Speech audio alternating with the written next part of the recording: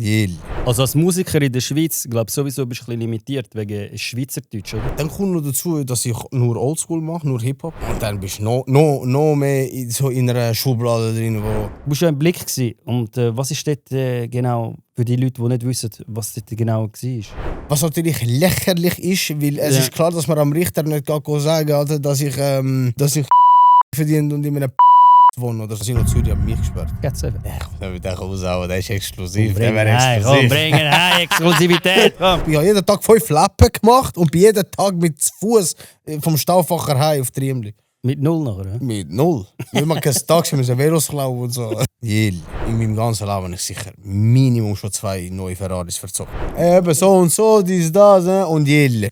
Dann ist es losgegangen. Einer fängt Jill zu schreiben. Ich immer mehr. Dann noch den Jill genommen. Es gibt ja I und E. Jill, Eben darum. Jill. Jelle, den kenne ich eigentlich. Es gibt auch den Jill. Gehen wir nachher etwas noch schnell trinken? Jelle. Jelle, kannst du sagen. Jill. Also eben, dass wir das schon mit dem Pablo, dass das wirklich, dass das auch jeder checkt. Die Sache ist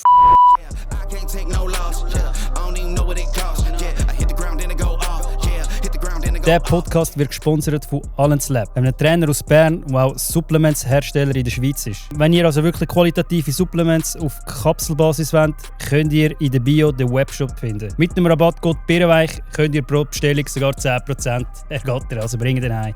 Unten in der Videobeschreibung. Und dann habe ich nochmal einen Sponsor, und zwar Peach.ch. Peach.ch macht Druckerpatronen, also Alternativpatronen. Du findest die originalen Patronen. Zum halben Preis findest du die. Unten dran in der Videobeschreibung findest du den Link. Bring ihn heim. Also, willkommen bei Birrenweich Talk. Das ist die 9. Folge. Heute haben wir den Dan da bei uns. der Neuner, ihr wisst. Der 9er, bei der 9. Folge. Extra. Das war wirklich Zufall. Bro, ich lasse mir den Gast sich schnell vorstellen. Wenn du willst, kannst du dich schnell dort vorstellen, wer du bist, was du machst. Hallo zusammen, ich bin der Dan, komme aus Zürich, bin 29, mache Musik, bin Händler und fertig. Was für ein Händler? Alles. Direkt rein, oder? Ja, bring ihn heim. Was handelst du? Aber legale Sachen? Nein, legal natürlich. Ah. Früher illegal und dann mittlerweile legal. Ja, ich habe gesehen, so Tablet und so, habe ich eben gesehen. Du hast so, es gibt einen Tag mit Dan oder so auf YouTube, oder? Ja, voll, Onkel. Und dort hat jemand zum Beispiel ein Tablet gebraucht. Das war jetzt ein Beispiel gewesen. Und ja, das ist jetzt ein Beispiel. Wo treibst du das Tablet auf? In der Story. Ich habe noch einen anderen Account. Ich habe einen der 9, einen Onkel Bazaar. Und da betreibe ich das jetzt aber auch schon länger, nicht mehr 2-3 Monate wieder ruhig gewesen. Anfangsjahr Vollgas gegeben. Und jetzt schon 2 Monate können zurücklehnen wegen dem. Wenn wir einmal richtig reingehen. Ah, was? Ah, da musst du mir ein bisschen zeigen. Onkel Bazaar, aber ist das... Onkel Bazaar ist legal. Sehr legal. Schaut mal vorbei bei Onkel Bazaar, ist legal sogar. Bring ihn heim. Nein, aber jetzt schnell so Real Talk. Ja. Früher, ich kann halt rauslassen, schon in jungen Jahren, so zwischen 16 und 18. Was denn? Und so. Dann geswitcht zu... Ja. Dann aber abgehackt auf dem Zeug irgendwann, schon fett Geld gemacht, aber der Händler ist nicht immer gekommen und jetzt irgendwann dann bekannt worden. Ja, und dann komm, wir müssen das irgendwie weiterziehen, aber auf sauber. Ja. Auf sauber. Auf sauber, ja. Auf sauber. Machst eine Story, was hast, dann kommen 50 Artikel rein, machst eine, was brauchst und so verbindest du das. Grazie, Bafangul. Aber musst du das versteuern nachher? Ist nicht das Glück. Der Schweizer, hä? Guckst du da bei einem Schweizer im Studio? Ja. Recht, der Schweizer versteuert das eigentlich, oder? Nein, natürlich verstört man das. Okay. Ja, das ist kein Bullenverhör da. Also, tun wir mal anfangen so, wo bist du aufgewachsen? In der Schweiz, in Italien? In der Schweiz. Bist du da geboren? Ich bin da geboren. Und wo bist du in der Schule und so weiter? Wie war deine Schulzeit? Schule, Triemli, Indre, Letzi, das ist alles im Kreis 9. Darum Dan 9, oder? Der 9, eigentlich Dan, aber eben das 9 ist gekommen, weil damals auf Spotify wir müssen einen Namen geben. Und das hat schon irgendwie 100 Dans gegeben. Ja, ich musste Birrenweich angeben, ich habe nicht gewusst was. Das ist geil. Ich hatte zuerst Peter Eckenschwiller und nachher war der sogar besetzt. Wer heisst Peter Eckenschwiller? Jemand hat irgendwie... Ich konnte den nachher nicht mehr benutzen, weißt du? Der Hugentobler. Ja, der habe ich auch, Urs Hugentobler, habe ich einen Account gemacht. Geil, okay, dann bist du dort in die Schule und so weiter. Und nachher, was hast du Ausbildung gemacht? Oder? Ich habe Stromer angefangen. Riesen Problem Kind aber gsi, anstatt in die Schule eben rauslassen, Ja. geschlägelt und so. Immer verloren, wieder leer, wieder eingestiegen, mit dem Lehrlingsamt, Riesenszene und irgendwann habe ich gedacht, komm, scheiß drauf. Hast du abgebrochen, Lehrer, oder? Ich kann es durchziehen, aber dann 5 Monate vor der LAP bei der 5. Firma ist das gewesen. Also ich habe für eine Lehre 5 ja? Firmen gewechselt. Minge. Ja. Ich habe eben abgebrochen nach 8 Monaten, aber ich habe dann keine Lust mehr gehabt, eine neue Firma zu Ja, geil ist, ich habe eigentlich auch keine Lust gehabt. Ich habe es eigentlich nur für meine Mutter machen, weißt du? Ja. Ja. Hat er viel nachher gesagt, ey, ich höre das bis heute und so. Also jetzt ein bisschen weniger. Ja, du hättest eine Lehre machen und so. Das ist so das Schweizer Ding ist so, du musst eine Lehre machen. Das ist so das Schweizer Ding. Aber meiner Meinung nach, ich sage nicht, macht keine, macht eure Lehre. Aber meiner Meinung nach, jeder Erfolgreiche, den ich kenne und so, ich weiss nicht, was der jetzt wegen der Lehre erfolgreich geworden ist. Weißt du, was ich meine? Da kann ich mich auf jeden Fall dir anschliessen, aber all die Jungen ziehen etwas durch, okay? Voller Zwang, weißt du, wir müssen so. Nein, ich weiss, was du meinst. Ja, Was? ja wir müssen es sagen, wegen gut dastehen und so. Nein, aber machen die Lehre, es ist. Auf jeden Fall. Vor allem, es hat auch nicht jedes Glück und es ist nicht so einfach, heute irgendwie mit Social Media oder sonst irgendwas mit Geld machen. Zum Beispiel, ich mache ja Rap. Für das bin ich bekannt worden und nicht einmal mit dem könnte ich heute leben. Kannst du nicht von dem leben, Nie, oder? Mann. Wo kommst du Geld über? Spotify, YouTube? Spotify, die ganze Scheiße. Ein paar Auftritte. Jetzt das Jahr habe ich noch keinen gehabt, aber letztes Jahr habe ich auch 3, 4 gehabt. Dann machst du nicht 1000er, 1500. Das Jahr hast du noch keinen Auftritt gehabt? Das Jahr ist noch nicht reingekommen. Warum hast du noch keinen Auftritt gehabt? Ja, auch nicht. Das ist noch okay, es ist erst. Und auch wenn nicht, ist mir scheißegal. Ich muss nicht unbedingt auftreten. Wenn mich einer buchen will, sollte er Geld rühren und ich komme. Okay. Einfaches Spiel. Also als Musiker in der Schweiz, glaube ich, sowieso bist du ein bisschen limitiert wegen Schweizerdeutsch, oder? Dann kommt noch dazu, dass ich nur Oldschool mache, nur Hip-Hop. Mhm. Und dann bist du noch mehr so in einer Schublade drin, wo schwierig ist, zum wirklich rauszukommen. Läuft das weniger heute, Oldschool? Oder? Warum? Ich kann eben nicht das neue Zeug. Ja, weil So, wenn es Gesang hat, so Du Autotune. bist alte Garde, wie ich, Mann. Wir verstehen noch etwas von Musik. Ja, eben, weil dann habe ich mal. Es ist so. Es ist eben mal dann die Debatte gewesen. Das war ein Sign-in von dir, gewesen, oder? Wie heißt der? Der Der ist Philipp, beim- der beim Mechor P4, gewesen. Shoutout. Ihr wisst, alle reinfolgen und sind Soundpumpen auf Spotify. Genau, er war eben beim Mechor gewesen, und nachher, kennen die all den Streamer, kommt dann einmal dann, und dort war ein bisschen etwas Komisches gewesen. Er hat gesagt, Drake ist besser als Tupac. Und ich habe Nein, das es nicht. ist anders gewesen.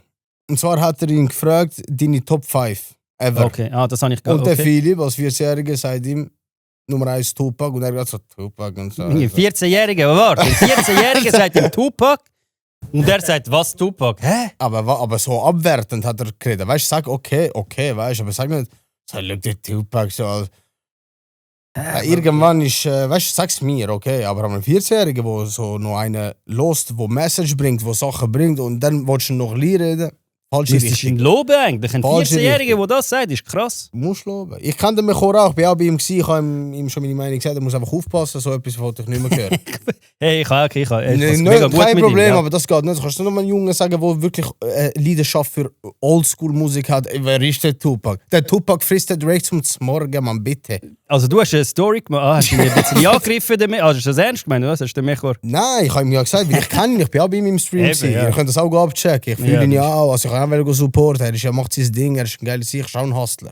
Aber Ja. irgendwo musst du abwägen und sagen, hey, jetzt ist fertig mit dem hohen Drake-Zeug da. Aber findest du, der Drake ist so weit weiter unten als der Tupac? Also unter seinen Cojones? Oder unter seinem... Schau, ich Oder sag's meinst du, dir sie sind langsam... Der Tupac hat einfach inhaltlich viel mehr gemacht für Hip-Hop und allgemein für Hip-Hop. Ich sag so, ohne Tupac würdest du vielleicht nicht machen Drake, ja, wer weiß. Oder so. Muss es sein, aber so, der hat das Fundament gelegt. Von was reden wir? Ja, schon. Weißt du, was ich meine? Der hat das Fundament gelegt und er ist halt mit 25 gestorben. Eben, wer Überleg, weiss, wenn er jetzt so Ja. alt wäre, wieder. Ach komm, also wir müssen nicht reden. Wie Snoop Dogg wäre dann zum Beispiel vielleicht... Nein, grösser. Nein, grösser wäre als ein Snoopy. Aber sie haben ja zusammen eben Lieder gemacht, oder? Ein Track haben sie, glaube ich, zusammen. Er hat jetzt ein Video rausgebracht, ein Snoop Dogg, und dort ist auch der Tupac irgendwie... Ich habe gesehen, das ist der gesehen? von Two of Der ist brutal, der Wein. Hast du Also ich denke immer den Snoop Dogg Wein, aber sehr wahrscheinlich ist es einfach der gleiche, aber einfach mit dem Tupac noch drauf. das ist ein das Snoop Dogg ist- Wein. Der ist brutal, Wo der kann man Wein. den kaufen? Im Denner kannst du den meistens Oh, die kaufen. Scheiße, Alter. Aber in dem Denner ist auch... Ja, ich trinke den oft. Alle Und in jetzt- Denner, Mann, yalla. Heute Morgen habe ich Flaschen getrunken. Nein, sicher nicht. Aber Nein, aber den gibt es im Denner. Aber heute habe ich ihn im Denner in Schaffhausen nicht gesehen. Keine Ahnung. Ja, checkt den wie mal ab. Der ist wirklich sehr gut. Der Also ist schau brutal. eben nochmal, dass wir zurückgehen zum Punkt. Man Ja. kann es wie nicht auch vergleichen. Das ist New School, das ist Old School. Und es ist, sind zwei verschiedene Richtungen. Aber du kannst nicht... Ich würde auch nie sagen, der Drake ist scheiße.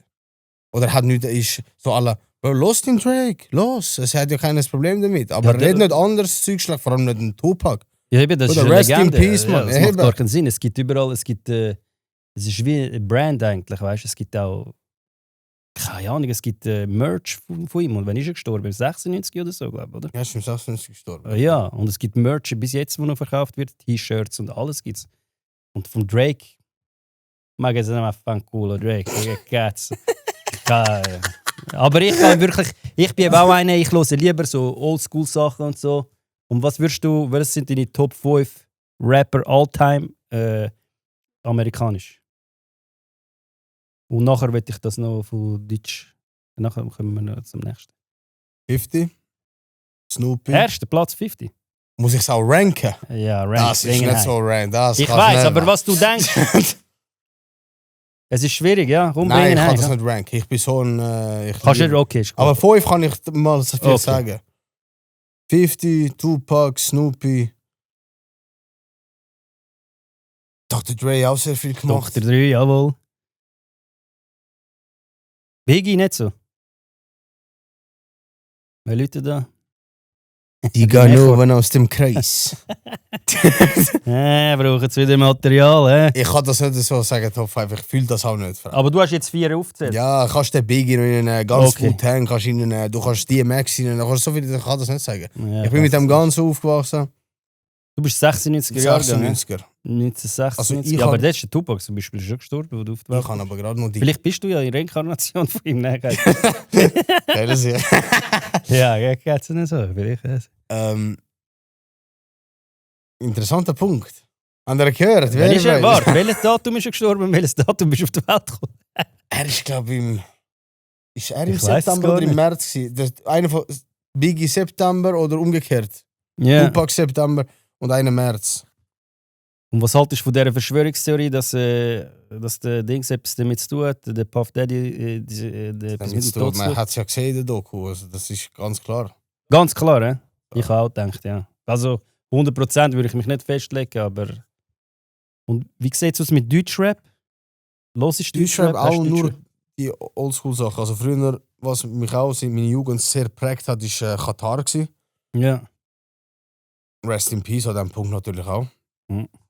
Und alles das Oldschool-Zeug. Nate 57, Kalim, die alten Sachen, Sio. Einen Namen habe ich noch nicht so gehört. Einen Namen hast du noch nicht so gehört? Bushido hast du nicht gelost, oder?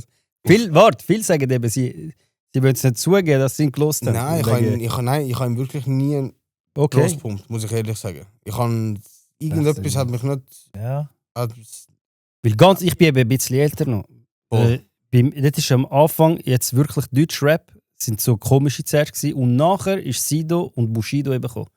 Und Frank, also Flair. Und das ist dann, weißt du, was darum gegangen ist, die haben den Mütter beleidigt und so. Das ist der Gangster-Rap, obwohl sie eigentlich, der Bushido weiß man ja jetzt, dass er eigentlich das nur gespielt hat. Und das ist dann dort langsam gekommen, glaube so, ich würde mal sagen 2000er Jahre. Und eben in der Schweiz, darum ich bin mit Schweizer Rap gar nicht, das hat es vorher im Fall, es hat es voll nicht so, es ist erst jetzt die neue Generation, wo so Schweizer Rap nachher gekommen ist. Wer sind die ersten bekannten ich glaube, Schweizer Rap? wie hat er geheißen? EKR und so. Ah, genau, ich Weiß ich weiß natürlich, noch. ich kann ihn nicht. Der hat Falls das irgendetwas siehst, Gruß Kuchenkästchen geht oder raus. so Hä? etwas, oder? Nein. Irgendein bekanntes Lied hat er gehabt, ich weiß nicht mehr. Keine Ahnung. Aber eben, was ich Kiosk dir etwas, sagen ja. ist, ich hab mich gar nie groß befasst mit Deutschrap. Okay. Ich war voll an mich. gewesen. Ah, Und das okay. ist dann auch später gekommen erst, wo ich Deutschrap angefangen zu hören. So 2010 habe ich erst Deutschrap angefangen zu hören. Ah, dort war dann Dings, Farid Bang, Kollege JBG Die und so, oder? Szene, ja, aber habe ich auch nicht so gefühlt. Ich bin ja voll der Oldschool. Eben so, und nachher natürlich Haze, Cashmo auch sehr Ja, krass. Cashmo ist sehr gut, ja. Alles das Oldschool-Zeug Ja. halt. Ja. Ja, voll. Und dann, wenn hast du das erste Mal angefangen, wenn hast du gedacht, ich fange, oder hast du angefangen, Tracks aufzunehmen? Das kannst du früher immer ein bisschen so rumgeflowt, sagen wir mal. Freestyle einfach. Ja, nicht mal, nur so alle die Flow so. Ja. Weißt du, so einfach so ein bisschen.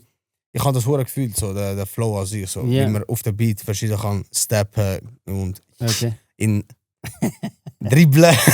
Mit Küngel rauchen, ja. Ja, früher Vollgas. Jetzt nicht mehr das? Ich kiff schon lange nicht mehr. Ich kiff seit 8 Jahren, glaube ich, nicht mehr. 8 Jahre? Wie ich? Also, 2018? so einmal im Jahr gebe ich mir ein paar Züge von einer Keule irgendwo so. Okay. Aber es ist nicht so, einfach so. Aber eben bei mir ist dann, die mich kennen, wissen auch, es ist dann anstatt Weed ist es dann halt Okay.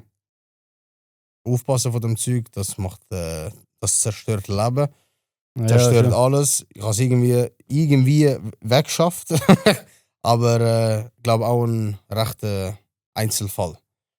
Aber die Zeit, wo du angefangen hast zu rappen, oder? Nein, Mann, dort bin ich voll drin gewesen.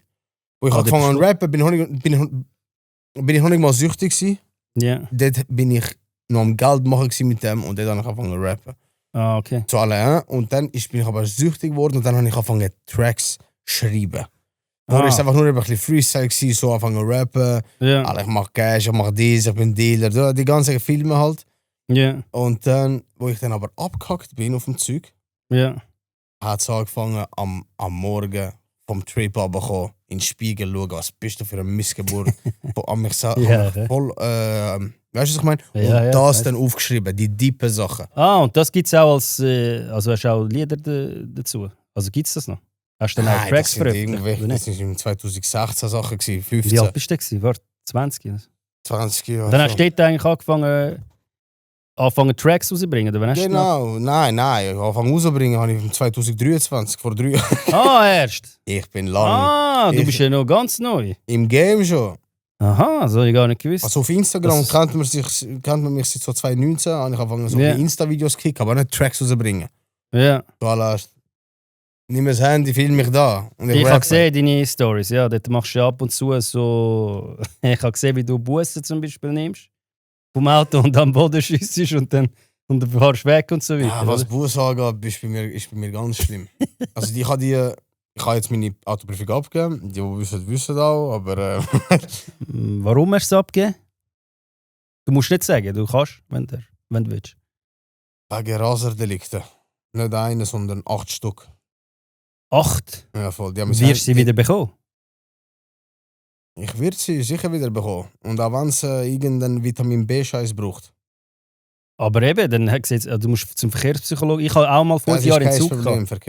Ich habe 5 Jahre nicht Autoprüfung machen, aber ich bin eben gefahren, als ich noch nicht mal Autoprüfung hatte. Ich habe es gar noch nicht gehabt. Da habe ich 5 Jahre warten, dass ich es überhaupt machen kann. Ja, das hat sich so gefügt. Ja. Ja, ja. Dazu mal. Und dann habe ich zum Verkehrspsychologen und so. Wegen Alk und so, Kiffen.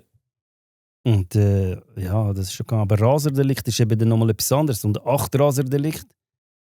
Ich bin natürlich nicht geblitzt worden. Ich kenne ja jeden einzelnen Blitzer in der Stadt. Wie hat es denn. Sie haben mein Handy gefickt. Also sie sind bei mir um 6 Uhr morgens Ja. gekommen wegen einem Insta-Video. Wegen einem Insta-Video sind Bullen. Hast du Hausdurch? Ja. Einer hat mich angezeigt, einer hat das gemalt, dass ich dort Knarren angeladen habe. Und das war ein Schreckschuss. Das war Okay. lächerlich. Und einer hat das gemeldet. Einer direkt angeschaut, der hat den Knarren angeladen im Auto, gehen ihn ficken. 6 Uhr morgens, eingefahren. Scheiße. Lang leben die Haters. Ihr Hurensohn. Auf jeden Fall. Weißt du, wer das war? Das? Ja, du Sicher- siehst es ja. Ne? Nein, ich kann es gar nicht wissen. Ah, Ich hätte können, ich kann es schwören, ich kann es nicht wissen. ja, ne, ich meine, ich frage das nur. Hast du vielleicht. Hätte Wo ich einer, wirklich den du dumm, du achte in Sicht und links, rechts mit dem Anwalt hätte ich es herausgefunden, aber ich habe das auch gut mit meiner Familie auch abgesprochen, ob ich das wirklich mal wissen. Ja, Weil, was sollst du machen? ich hätte ihn umgebracht.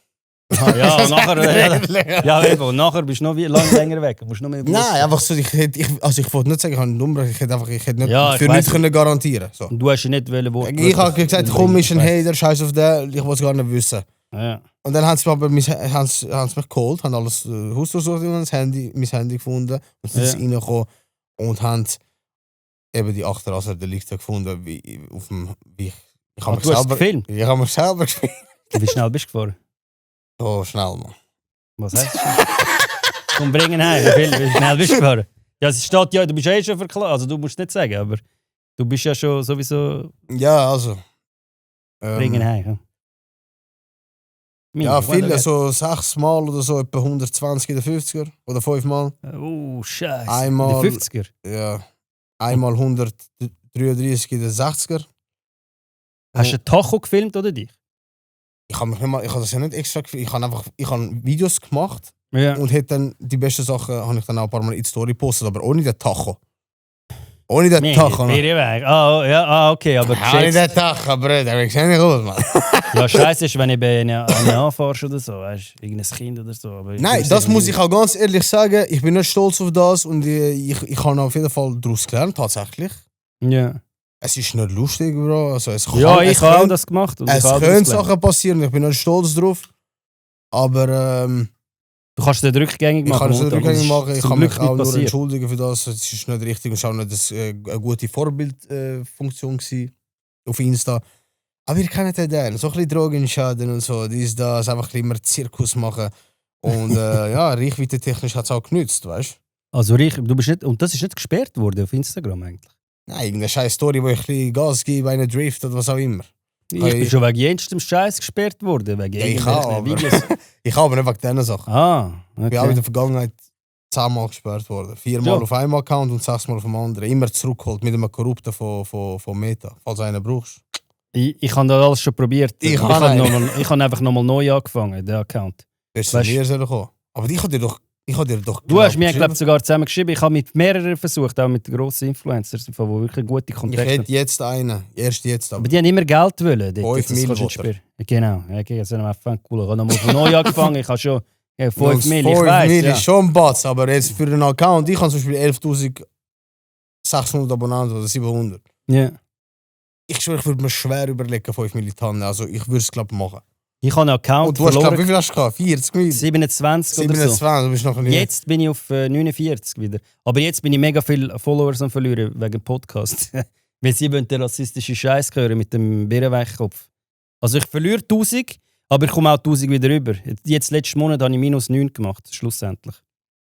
Kannst du keinem recht machen, Frau. Mach was du willst und dein Herz Ja, ich mache begehrt. das. Weißt du, jetzt bin ich im Alter, es juckt mich gar nicht mehr gross. Weißt du, was ich meine? Das ist wichtig und so. Ich verliere auch sehr viele Abonnenten ab und zu. Warte mal, ich muss Ja. mich da schnell richten, man. Ich komme vor wie ein Schoratz da. Jetzt gönnst du noch ein paar. Folgt ihm, bringt ihn heim, checkt seinen Sound ab. Ich finde es wirklich gut, weil ich kann Oldschool gerne, weißt Dann 9 alle abchecken. du? Ja. Und ja.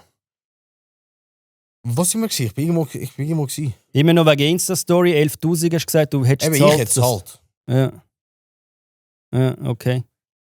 Ja, aber das Problem ist, ich habe jetzt zum Beispiel, ich bin ja gesperrt worden wegen Urheberrecht und wenn ich den jetzt wieder freischalten, einen kleinen Fehler, hast du ihn schon wieder verloren nachher.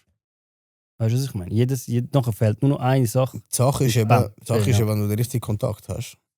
Ja, aber jedes Den Mal han- musst du Nein, den habe 5000. ich damals gehabt. Ja. Also irgendwann habe ich ihn gefragt, hey, kannst du das auch machen?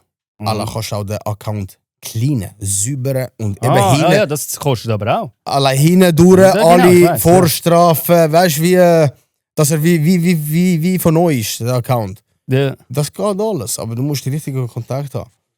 Du warst ja im Blick gewesen. Und was ist dort genau, für die Leute, die nicht wissen, was dort genau war?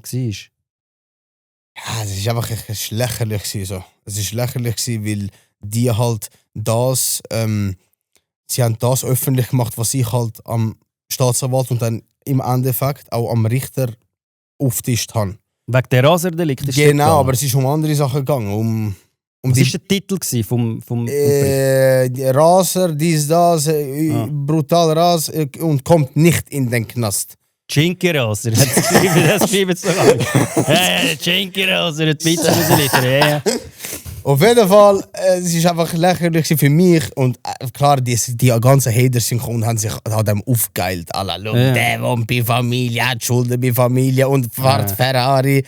Was natürlich lächerlich ist, weil es Ja. ist klar, dass man am Richter nicht sagen kann, Alter, dass ich wohne oder so. Ja. Also, wir müssen da gar nicht mehr drauf eingehen. Es ist die wahren Halunken wissen ganz genau, was der Onkel da dribbelt hat. Und für die sich an dem Wand aufgeilen, ihr sind lächerliche Parasiten. Weiter so.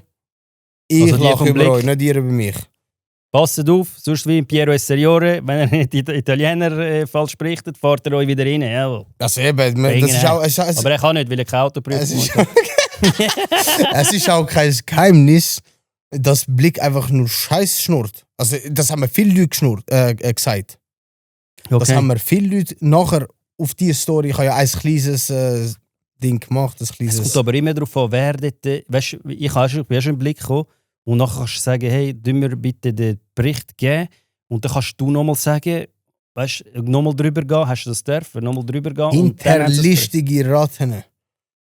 Hast du nicht dürfen? Hinterlistige Ratten. Hat es einfach rausgehauen. Erstens ist ein Journalist vor meine Tür gestanden und zwar den ganzen Tag. Geht's? Der hat es gebraucht. Der hat es Ja. einfach gebraucht, die hure Story. Ich Ja, habe ihn weggeschickt. Irgendwann habe ich gesagt, ich will nicht, ich kann mit dem Anwalt nicht an, ich will mit dir nicht reden und Punkt. Okay. Weil der schreibt es nachher, wie er will. Hauptsache, er hat es von mir gehört, Kische, was aber nicht so ist. Also, was nicht so wäre. Ja. Er nimmt das, was ich sage, und dreht so, wie sie Reichweite generiert. Und genau das ist auch passiert auf meinem hohen Blick-Ding, wo gekommen ist da, auf TikTok und so. Ja. Die haben mich so angestellt, als hätte ich, als würde ich mich so aufnehmen und das online stellen beim Rasen. Die haben mich Das wäre so mega blöd, angestellt. ja. Plus Eben, das hat er Schulden und dies, das. Okay. Aha. Und fährt Ferrari. Einfach nur schnell zum Klarstellen, ich habe nicht für einen Wagen habe ich gezahlt. Nicht für einen. Ich miete keine Autos. Ich habe viele gute Leute um mich herum, gute Connections, die mir die Wege geben. Da, mach, weil ich Bock habe, zum, Ja. ja, wie wir jetzt wissen, ein bisschen rasen. In dumm gesagt. Mhm. Was aber jetzt nicht richtig ist im Endeffekt, aber also wie die das geschildert haben, er nimmt sich auf, plus ist er verschuldet bei seiner Familie und fährt Ferrari und fährt S5 und fährt Rolls-Royce. Die haben natürlich, das ist natürlich eine Schlagzeile gewesen. Und dann sind natürlich auch die ganzen Hater gekommen und haben gesagt, schau, der wohnt bei Mami, macht auf krass. Schau, der macht dies und das und macht so. Das ist klar, sie haben genau das wählen. Und ich habe denen ganz klar gesagt, schnurren kein Scheiß. Ja. Ich so, berichtet, wenn ihr unbedingt wollt. Weil die haben mich nicht in Ruhe lassen. Vor Gericht ist nochmal ein neuer dort gehockt. Eben, sind auch andere Medien auf dich zugekommen? Nein, es ist nochmal ein anderer von Blick dort gewesen. Und der war hure lieb gewesen, Frau. Blick. Los jetzt, Frau. Eben, du kannst nicht gerade sagen, ganz Blick. Nein, warte. Er hat auf Engel da. Ey, schau, und so, ich habe gehört, du hast keine Auskunft gegeben, wenn du heute willst und so, weißt du. Und er ist wirklich ganz anders auf mich zugekommen als der Wichser vor meiner Tür. Ja. Der ist mehrmals Leute und so, gell? So Sachen, wo ich ihn weggeschickt habe. Ja, bist du nicht ausgerastet? Doch. Ja, eben nachher ist aber egal jetzt. Ja, ich meine, wenn einer 3-4 Mal kommt Leute, dann Nein, er ist zweimal Leute. Okay. Nachdem ich ihn weggeschickt habe. Aber auf jeden Fall, Ja. der ist ganz anders gekommen. Und ich so, hey, schau, weißt du, er so, kann ich ein Foto von dir machen? Ich so, mach ein Foto, weißt du, kommst auch normal mit, weißt du, machst deinen Job, mach, okay. Ja. Ich so, schreib einfach gute Sachen, nicht einen Scheiß. Also kein Ja. Problem und so, dies, das. Sehe ich ein paar Tage später, kommt ein TikTok-Video, schreibt er, was ich alles dem am Richter nicht vorgelogen habe, aber es ist ja so. Ich bin ja verschuldet und alles, das wissen wir ja, Brüder. Mhm. Aber er geht das nachher sagen und will mich zur Sau machen. Aber er hat auf Lieb da, der hat auf Kollegen und ey, alles gut auf dem Weg und so. Und so kommt bin ich aus dem Blickfeld, hat er mich von hinten in den Arsch gefickt, der Wichser. Also das ist das TikTok-Video von Blick, oder was? Ja, Insta ja. auch. Das gibt mehr Klicks halt, weißt du? Komm, aber sie haben Sachen gesagt, wo klar Ja. war, dass es viral geht. Plus haben sie natürlich, haben sie natürlich den richtigen Motherfucker für das genommen. Weil ich habe auch eine fette Community und meine ganze Community ist auf dort reingestürmt und ist Schon. kommentieren. Jelle. Ah, Also, weißt du, die meisten Leute haben es ja gefühlt. ja, Der ja. Dan ich ist weiss, im Blick, dies, das. Ja, also eben, ich muss wirklich sagen, das Rasen ist scheiße, weil du kannst jemanden gefährden. Nein, aber ganz klar. Sonst, ja, okay. Ganz ich weiss schon, klar, was du Mann, ganz klar. Ja. Ich würde es auch nicht nochmal machen. meinst. Ja. Sag dir ehrlich. Außer wenn du die Autoprüfung wieder zurückbekommst. Nein. So. Und wie siehst du das? Also es gibt ja immer den Music Award und so. Bist du damals auch gewesen, oder nicht? Swiss Music Awards? Ja. Nein, da bin ich noch nie irgendwie gewesen. Meinst du, bist du auch cancelled wegen diesen Sachen? Weil du zu Street-Sachen postest, habe ich das Gefühl. Kann das sein? Weil du hast ja jetzt auch mit dem EAZ und so, hast ja vorher schon Lieder gemacht, mit den bekanntesten. Der EAZ, House In der heißt der Schweiz? Track. Alle go abchecken, Spotify auseinander, Dauerschleife, Endlosschleife. Ja. Aber Ich muss sagen, die Preise und so, weißt du, das ist alles, ich bin jetzt auch, also Music Award nicht, aber so Influencer Award, das ist alles, das wird so groß gespielt, aber schlussendlich ist es gar nicht, weißt du, aber trotzdem, dass man so wie Relevanz sieht in dem, was man macht, in seiner Arbeit, und dann siehst du, welche Spasten sind dort dabei, die eigentlich das gar nicht verdient hätten, weil sie einfach Spasten sind und einfach... ich bin mir ehrlich gesagt nicht sicher. Ich glaube, zum Beispiel damals bei SRF oder so ist es, oder Open Air Frauenfeld ist noch eher so, wo wirklich Leute dahinter sind, die sagen, der geht mir auf den Sack, ich habe keinen Bock auf den. Ja. Aber es ist ein Swiss Music Award. Glaube ich nicht, dass ich sagen der ist zu fest Street, er darf nicht kommen. Zum Beispiel Okay. der DVW und der Naija sind ja auch nominiert gewesen und die machen auch Street Shit. Ich kenne mich dort wirklich nicht aus. Das sind zwei Jungs vom Kreis 3, ganz geile Sache. Ich habe mit denen auch einen Track, 8 bis 10 Jungs, mit dem Habib noch, Shoutout. Ja. Und die sind auch nominiert gewesen. Ich glaube, dort geht es um Zahlen. Zahlen. Dort kann nicht einer kommen, der hat, wenn Zahlen Fakt sind, kann es nicht heißen, der ist Street, ich hole ihn nicht. Also Zahlen, Klicks auf YouTube und Spotify. Genau. Aber denkst du, es gibt auch Leute, die das kaufen, oder? In Deutschland ist das Ich ja mache voll das nur das Thema. Und so. Spastis. Ja, denkst du, wenn du Klicks zum Beispiel kaufen, dass eher die Chance hättest? Die kaufen nicht Klicks, die tun, wenn dann die selber generieren. Okay. Weißt du, was ich meine? Ich habe auch schon mal an einem Kollegen gesagt, Bro, lass die ganze Nacht über die Dauerschleife laufen, weißt du? Aha, wie meinst du? Also selber? Ja, lass einfach auf Dauerschleife auf... Ja, okay, aber wenn... Ja, okay, das Lied mal eine Nacht. 2-3 Minuten, ja, stimmt. Checkst du, dann machst du das 100 zählt Streams. dann immer, oder was? Ja, ich weiß es nicht. Aber ich sage es ab und zu, wenn ich einen Release habe, zum den Algorithmus ein bisschen pushen, weißt du? So. Sagst du, mal über Nacht laufen.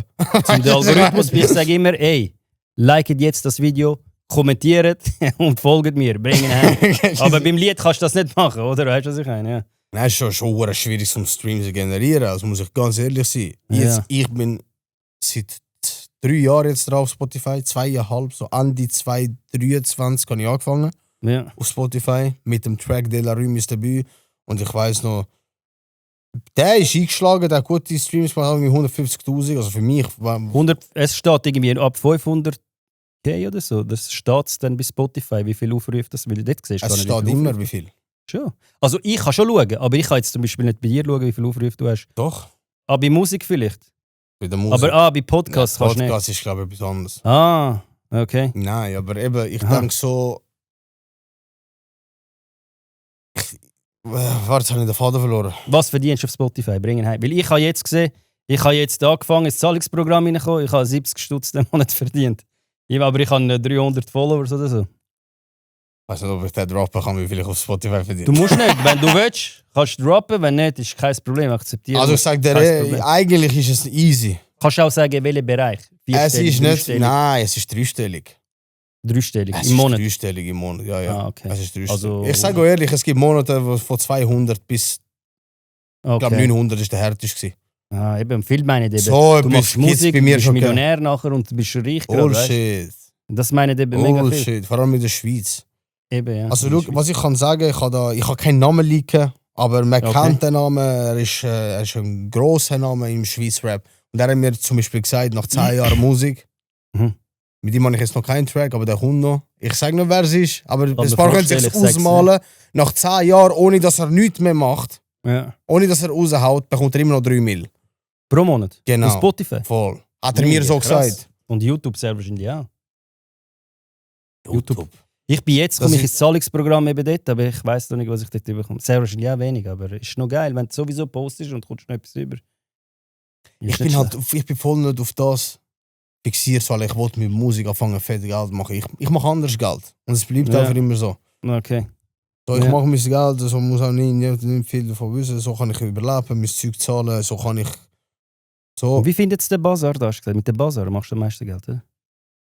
Weil da kann jetzt ein paar Zuschauer dort mal auf den Bazar heimbringen, die alte. Ich bin jetzt eben gerade ein bisschen ruhig, aber was Im Moment die Frauen, die zuschauen. Im Moment arbeite ich mit Wohnungen. Also Okay, wenn ihr Wohnungen. Wohnungen braucht in Zürich, ein Telefon in der Hand eine. Egal ob Betriebung, egal was. Könnt ihr dir anrufen? Mir schreiben, Onkel Dir auf Basar. Instagram schreiben. Postet einfach rechte Batzen, dass man dich durchwinkt. Ah, und dann findet sie einfach eine Wohnung in Zürich. Nur Zürich oder auch andere Kantone? Nein, ja, überall ganz Schweiz. Ich schicke dir einen Link, kannst Schaffhausen einen auch, auswählen. Eben so, ich mache mein Geld immer irgendwie dribbeln, irgendetwas mit guten Connections. Ja. So. Easy, Aber easy. Musik jetzt an sich, ich liebe Musik, ich liebe Hip-Hop. Ja. Okay. Ich muss nicht von dem leben. Ist schön, wenn es irgendwann so könnte kommen. Ja, eben, es wäre, oder? Du Ich musst sage nicht, nicht nein, aber, aber es ich easy, tue mich nicht oder? versteifen und gehe einen Hit versuchen zu machen. Ja, Ich mache das, was mir meine Eier sagen und was ich Bock habe. ja, voll. Nicht alle, dass jetzt irgendein Major kommt wie Sony oder was auch immer und sagt, du, jetzt musst du nach unserer Pfeife tanzen, da hast du 50 Mil und Ja. verlierst aber viele Fans. Mhm. Weil sie merken, du hast den Arsch verkauft, was die Musik richtig angeht. Inhaltlich. Ja, genau, ich weiß, was du meinst. Weißt du, was ich meine? Das so wollte ich nicht an. Das ist ja bei mir so, eben, ich habe mein Dings, aber das bin nicht ich eben. Checkst, ich spiele dort nur einen, bei mir ist es so umgekehrt. Jetzt bin ich und sie folgen mir, checkst. Dort ist es halt umgekehrt, ja. Aber ja, es folgen mir auch viele Neue. Ja. Es folgen mir auch Neue, ich denke, hey, das. Aber egal, du machst das Ding gut, Frau. Aber wie sieht es bei dir aus mit Frau und so? Hast du Freundin, Kinder? Schon nicht? lange nicht mehr. Schon lange keine Freundin Schon mehr? lange nicht mehr. Seit 2022. Ich will auch nicht viel wissen von Frauen. Pick ab und zu etwas so. Aber Wieso bringen, willst du- nein, Aber wo bringen. siehst du dich jetzt? Wirst du 30, bist du schon 30 geworden, oder wie? Ich bin 29, nein, ich werde das Jahr 30. Du wirst 30 und nachher willst du irgendwann Familie und Auf so. jeden Fall. Aber für das muss zuerst der Big Coup kommen. Was ist der Big Coup? Eine gute Frau, das? Nein, ein guter Batzen. Ah, zuerst Geld machen Genau. und nachher Familie. Ja, Genau. ja, wie stressen deine Eltern dich nicht? Machen wir, wo ist Kinder, ein Enkelkind und so? Nein, gar nicht. Nicht? Nein, easy. der Tour ist nicht so schlimm. Ah, okay. Kommt vielleicht noch. Ich kann halt immer schon finanziell frei sein, seit immer. Ich auch. Was ist das? Wie willst du das erreichen? Was ist deine Vision zum Finanziell frei finanziellen? ist für mich so ein Zehner in der Woche. Schon.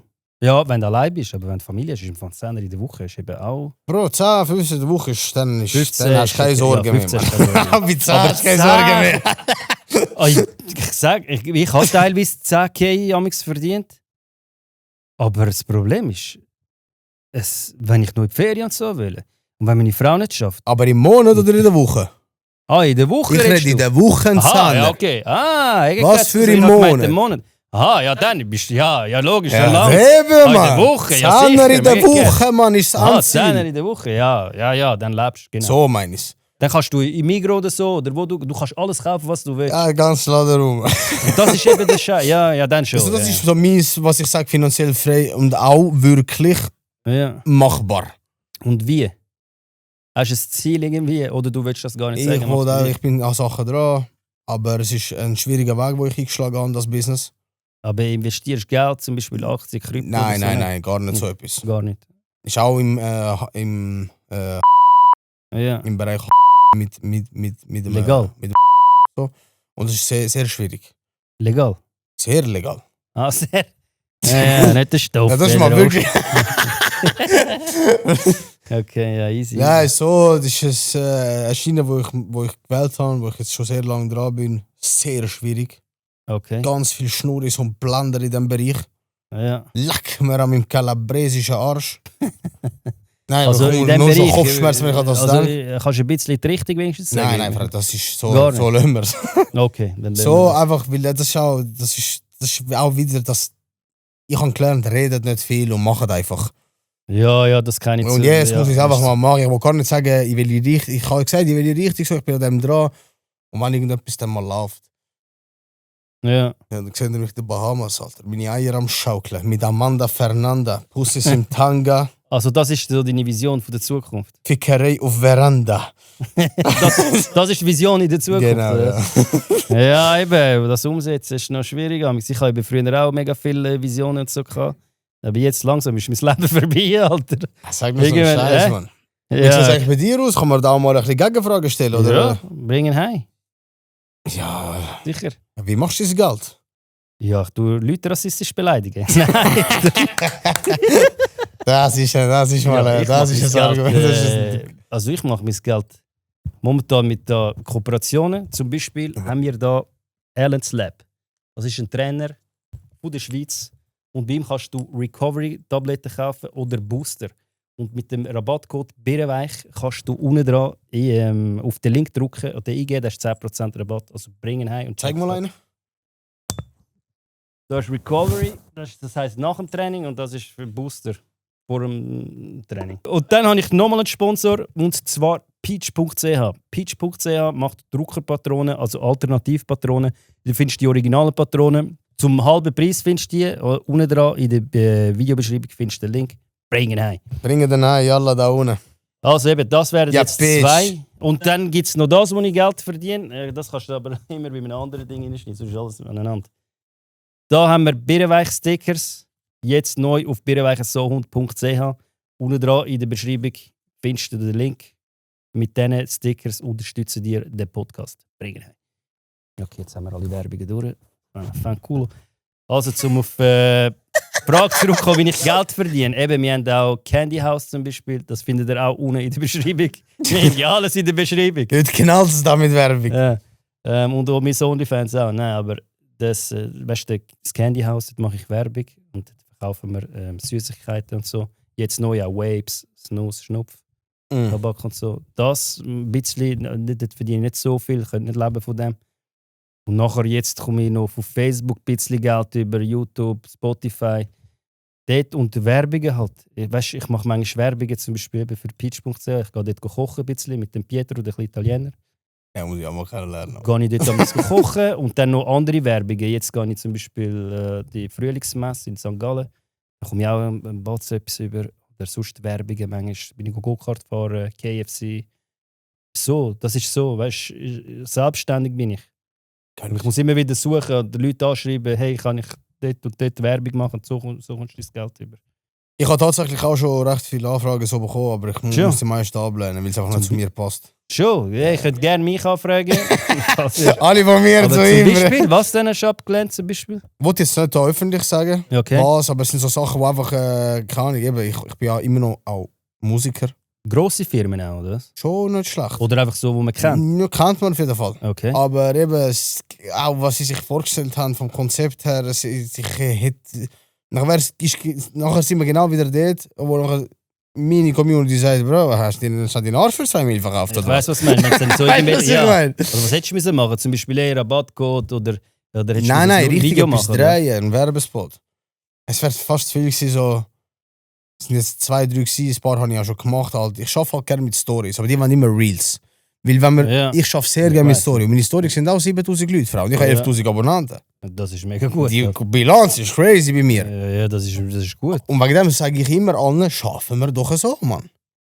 Ja. Das Problem ist, sobald ich anfange Reels rauszuhauen, einer nach dem anderen, plus achte ich mich auch immer darauf, dass meine Reels genug Likes haben, genug Aufrufe, das ist eben, weil ich nicht immer rausrühre. Ja.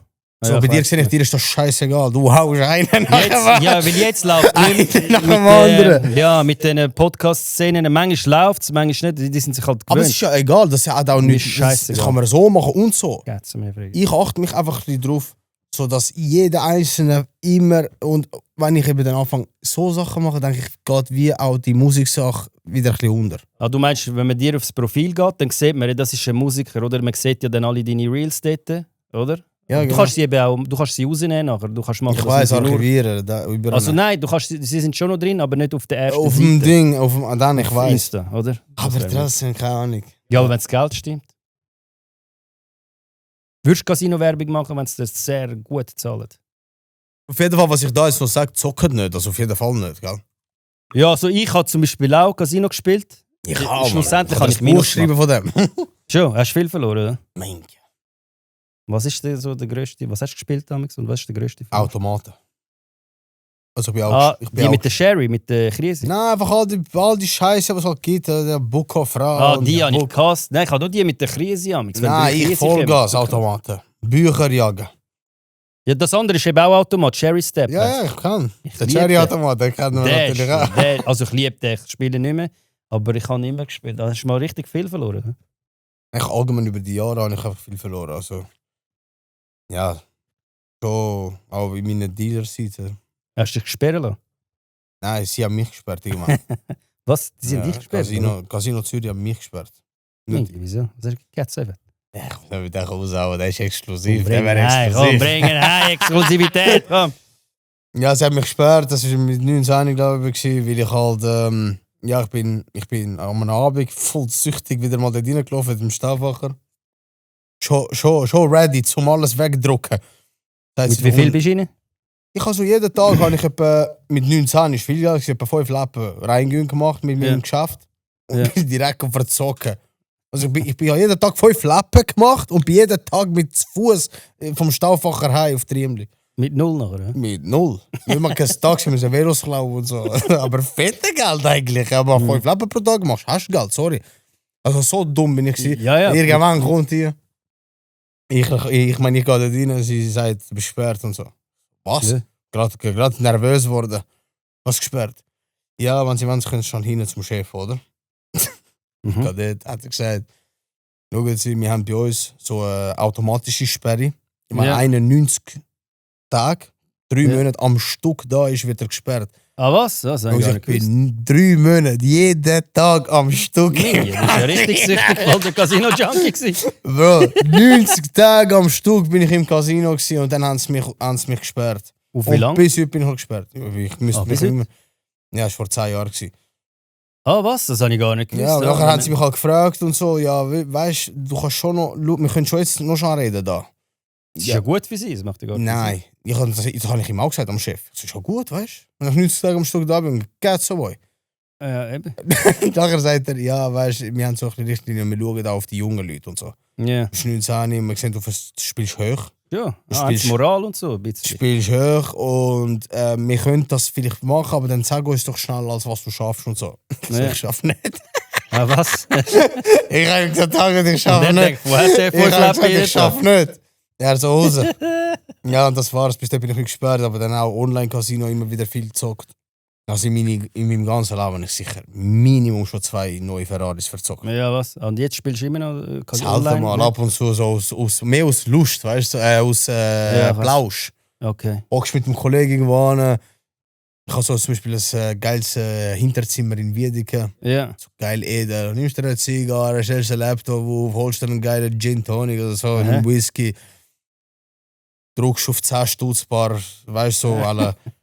Ja, so, ja. aber Ja. auf lustig, nicht auf Sucht. Ja, ich weiss, was du meinst. Das ja. ist ganz ein grosser Unterschied. Aber kommt mir nicht Lust über, nachher gönnst du ein bisschen. und Gar nachher willst du nicht. Trotzdem, Also nee. bei mir ist das weg, jetzt nach all diesen Jahren. Okay. Ich habe einfach gemerkt, wenn du etwas gewinnen willst, Ja. gang nie mit der Intention ins Casino, ich muss heute gewinnen, Alter. Ich muss mit den letzten 5 Lappen jetzt 5 Mil machen oder ich bin am Arsch, weil ich meine Rechnungen nicht zahlen kann. Ich habe immer so gemacht, ich bin vor allem allein Wenn du so gehst, verlierst du alles. Weil das Problem ist, wenn du mit mehreren Leuten gehst, ich habe zum Beispiel gewonnen und ich will dann gehen. Aber das Problem ist, die sind am Spielen. Und wenn ich noch bleibe, ich will noch weiter spielen, checkst? Aber wenn ich eben gewonnen habe, ich bin dann nur noch allein gegangen, ganz allein. Ich habe gewonnen, ich bin direkt rausgegangen. Und ich habe über 200 Stutz mitgenommen, alles die heikle Karte. Heutzutage ist es problematischer, du kannst mit dem Handy dort gehen, zahlen und alles. Ich habe vorher nicht können, ich habe Die mit wissen Bargeld. schon, wie sie über die Runde kommen, die Sauhunde. Die Sauhunde. Ja, aber du musst eben nur dort hin, 2 Lappen oder so mal einen Abend und wenn allein. Und dann gerade wieder raus, wenn du gewonnen hast, so als Spaß. Aber Also ich bin ja, meistens allein 5 zum Beispiel ich nicht, niemals. Nie. Ich bin einfach am Mittag und so manchmal dann gegangen, wo ich... Ja, easy, klar, früher, ich bin ja jeden Tag allein gewesen dort, aber jetzt Eben, in der ja. heutigen Zeit. Heute gehe ich gar nicht, ich gehe gar Ich nicht. gehe ab und zu, ich bin jetzt auch gesperrt, ich gehe auf Bregenz, bin ich Eben, kannst du bin in ich Deutschland und so, oder? Gehst mit ein paar Jungs ein Auto vor, Mann. Mich letztes Mal, ich habe noch nie im Casino etwas gegessen. Brutales Essen gewesen. Weißt Ja, du, ja, schon, isst mit den Jungs etwas, trinkst mal etwas, rauchst deine Zigarre und dann rührst du vielleicht mal 5 Lappen in den Automat. Ja, Aber nicht alle dort rein und direkt an Vollgas, einfach rührst, musst du auch auf lustig. Oder du hast ein bisschen Geld Ja. zusammen mit dem Kollegen. Ja. Das ist, wenn du so ins Casino gehst mit dieser Einstellung, kannst du noch wirklich Vergiss eher es. etwas gewinnen. Ja, aber vergiss es, wenn du denkst, dass du überhaupt ins Casino gehst und dort Geld... Also, dass du dort zum Beispiel deine Freiheit, dass du so viel Geld machst, dass du abgesichert bist, das sind viel intensiv. Ja, auf jeden Fall. Dann gibt es auch Serien, wo Leute viel gewinnen und direkt wieder verzocken. Ja, eben, nachher verlieren sie Also ich habe auch mal so eine Geschichte gehabt, wenn wir die schon raushauen, auch exklusiv. Bring ihn heim, komm. In der Nacht, voll auf Koks. Sag ich, wie ist jetzt einfach gerade fatal? Ja, ja. Genau. Voll Fatal. vernatzt bist du. Nein, wirklich jetzt. Aber das ist sehr lang her und ich sage einfach Sachen, ich habe früher wirklich nicht viel gehabt. Ja. Das war in der Zeit, wo mich die Sucht schon gepackt hat, so mit 23. Ich habe jeden Tag einfach meine 100 Stutz gemacht Ja. und meine 25 für den Paisy und 2 Vinos habe ich jeden Tag geklaut. Im Soccer. So war mein Leben, jeden Also Tag. was, 2 Weinflaschen? Das? 2 Weinflaschen, nicht mal mehr Geld für die Weinflaschen noch nicht gehabt. Also ich habe immer wirklich nur geschafft, 125 Stutz zu machen. Ja, 100 okay. für Säckli und 25 für den Paisy. Und dann bist du der Dance. Und dann eingesperrt, die Hause, Ja, anfangen zu zocken und genau, es war wieder so ein Abend. ja. Nicht dabei, dann 25 Stutz, ich gehe rein. 50er Bett, 50 Rappen. Ja. Gibt Free Game. Ramsesburg Da ist kriegst das. du ja nichts mit 50 Grad, oder? Ja, mein Geil, hast ja wollen zocken, hast ja nicht darum gegangen, gerade auf Null gehen, weißt du? Mhm. Auf jeden Fall, Ramsesburg hat das Spiel geheißen. Weiß Ja. ich noch ganz genau. Das sind fette Gänge gewesen, Mann. Was ist 50 Grad. Und das ist jetzt auch, zu muss ich sagen, wenn ihr zockt mit Eier, weißt du? Es braucht Eier. Wenn Ich immer sag dort am dir- Rappeln bist, bist du so. Auf jeden Fall, also 50 Ja. Grad, ich komme auf 7. 50 Stutz hat er gespuckt. Da kommen alle, Stutz, weißt du? Stutzbett. Geht gerade nochmal 2 Lappen. Mhm. Okay, weißt du? Eier. Zeigen wir heute Eier. Mit 2 Lappen, 5er Bett. Ein paar Schläge kommt direkt Free Game. Scheiße, Mann. 8 Lappen gehabt. Ich so, also komm jetzt, Eier. Eier. 10er Bett. Mit 8 Lappen. Er geht direkt Free Game. Los jetzt. 3 Mil habe ich gehabt. Ich so, jetzt packen wir die Eier auf den Tisch komplett. 50 Franken pro Schlag. Also das geht schnell. So, mit 3 Ja, Mil. ja. Paar Schläge gibt er mir das Pharao-Symbol. 4 mit dem Pharao, 30 Mil. Und das ist alles Nee. innerhalb von einer Stunde passiert. Scheiße. Pack. Ich so 30 Mil. Und ich fett im Loch. Kein Geld gehabt. Ich wollte rappen. Kein Ja. Studio. Das hat mich aus dem Scheiß geholt, die 30 Mil. Ja. Hast du nicht rausgeholt? Ich fange an auszahlen. Ist so ein Dreckscasino von irgendwo, wo musst verifizieren, Sachen schicken, Ja. links, rechts. Ich schicke hin. Und ich habe mich nicht mal gefreut. Ich war so verladen. Also, du Mhm. gönnst 30 Mil, ich habe nicht einmal eine Mine, ich habe keine Mine gezogen. Ja. Einfach richtig so, einfach emotionslos wegen dem Zeug, weißt du. Mhm. Am nächsten Tag, ich wach auf, ey, Bro, 30 Mil und so, weißt du. Ich nicht mal Ja. gecheckt richtig, nicht mal realisiert. Aha. Und dann haben die müssen meine Dokumente anschauen, verifizieren. Ich, Ja. Auf jeden Fall. Und das war ein Dreckscasino. Zum Beispiel bei meinem Casino kannst du, sobald Das du kann ich auszahlst, ist es weg. Bei diesem Casino hast du stornieren. Wie stornieren? Ja, hast du wieder rausnehmen. Aufs Aha. Konto die 30 Mil. Ah, und nachher wieder spielen, Ja, oder? normal.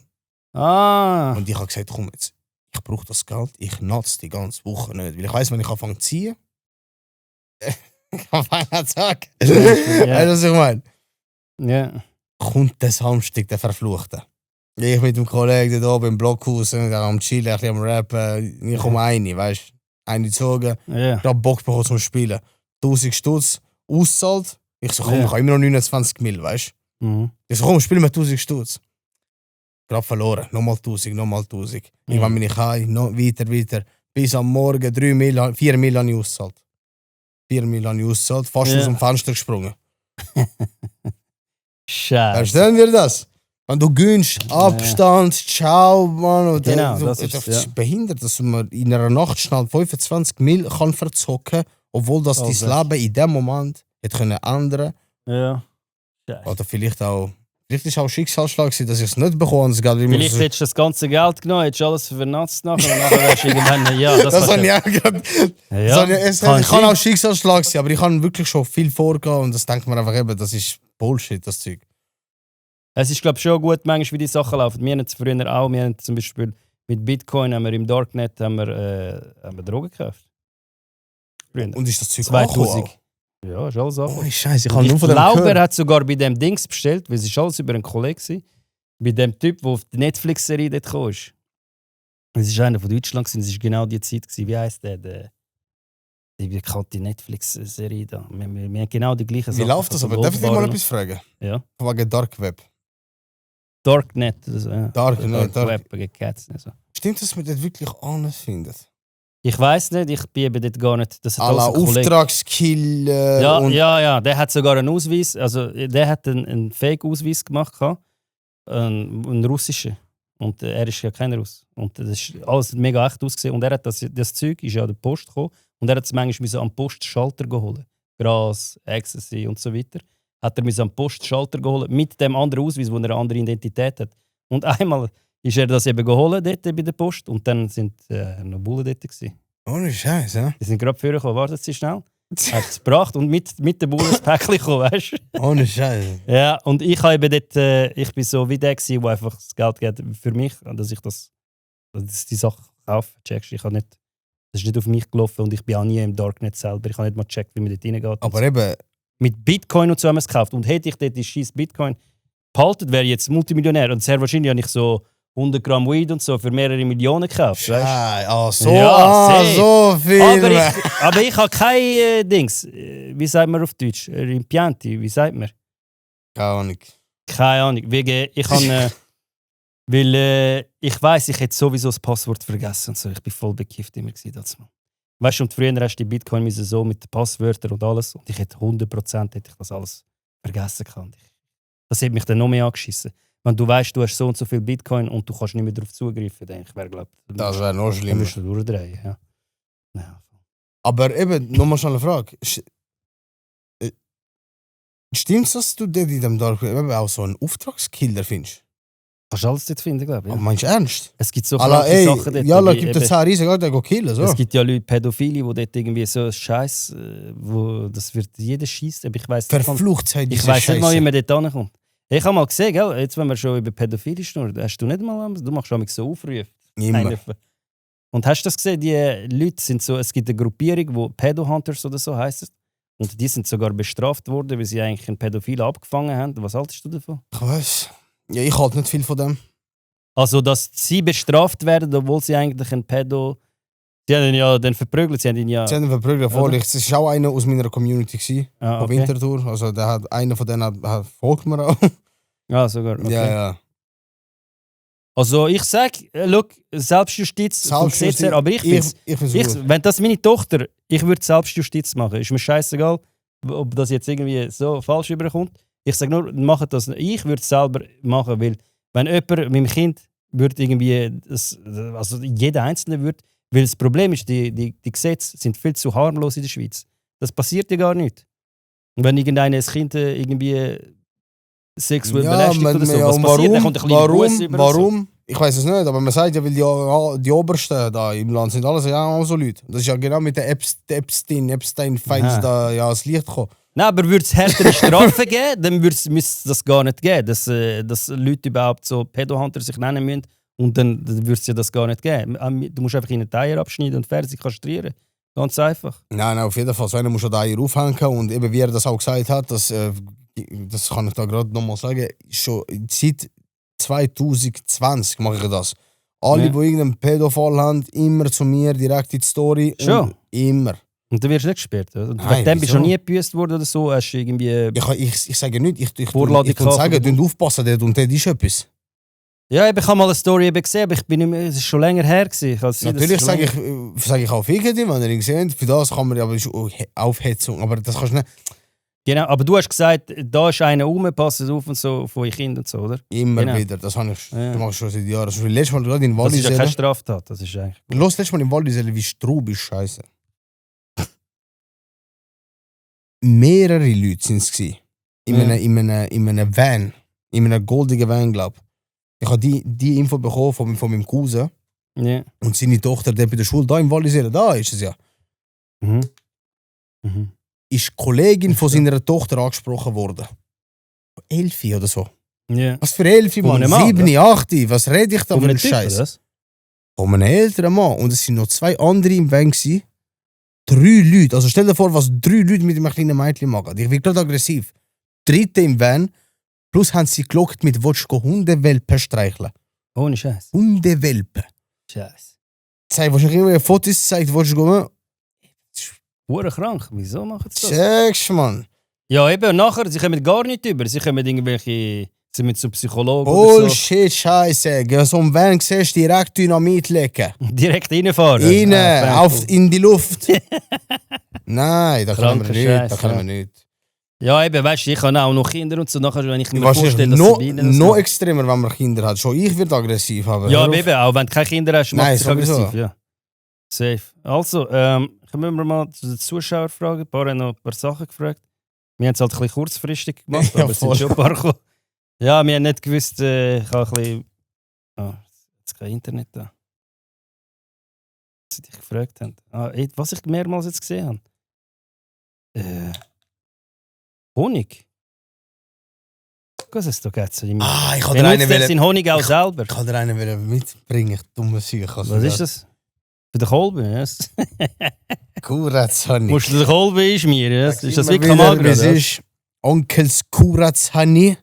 Damit kannst du sagen, starke Kuratz-Honey. Pfeifeli-Honig. Der Kolbenhonig, wie er würde sagen. Was ist denn das für Honig? Das Ist ist das ein Honig legal? auf natürliche Basis. Was ist da Mit drin? einer Wurzel namens Tongadali. Wächst in Indonesien, Philippinen und Südostasien. Mhm. Und das wird der Kuratz zur Rakete. Und du kommst nicht Herzrasen über, oder so? Nein. Ja, wenn es viel frisst, ist schon, aber ja, überall musst du das Maß haben, weißt du? Ja, wenn du das Honigbrot schmierst und so mit Butter oder ohne, kannst du das essen? Kannst Ich auch sag mit. immer mit Butter Kannst- oder ohne. Kannst in Tee, kannst du das Brot schmieren, ist heftig. Ah, und nachher... Aber was hat er gefragt? Ja, ob du das selber... Was hat er geschrieben? Ich habe auch schon selber genommen, normal. Benutzt er seinen Honig auch selber? Ja, macht eigentlich schon, oder? Ja, sicher. Ich habe auch schon ein paar Mal vor dem Ficken genommen. Ist Ja. aber dann heftig so, weißt du, dann bist du wirklich, also das... Und das ist nicht wie bei Dings, wo du, keine Ahnung, die einen können das nicht nehmen, das Herzproblem haben oder so. Ich sag so, wenn es viel frisst, musst du überall schauen. Ist nicht wie Kamagra oder sonst... Nein, weil nicht. es eben auf natürliche Basis ist, aber es geht Okay. vom Inhaltsstoff schon etwa in die gleiche Richtung, einfach ohne Chemie. Und wo verkaufst du den? Online, oder? Oder einfach so? Ich unter verkaufe dem den, Tisch? ich habe noch nie einen Honig verkauft, ich weiß gar nicht, was der redet. Ah, du hast gar noch nie einen verkauft? Mm. Er hat gar noch nie einen verkauft.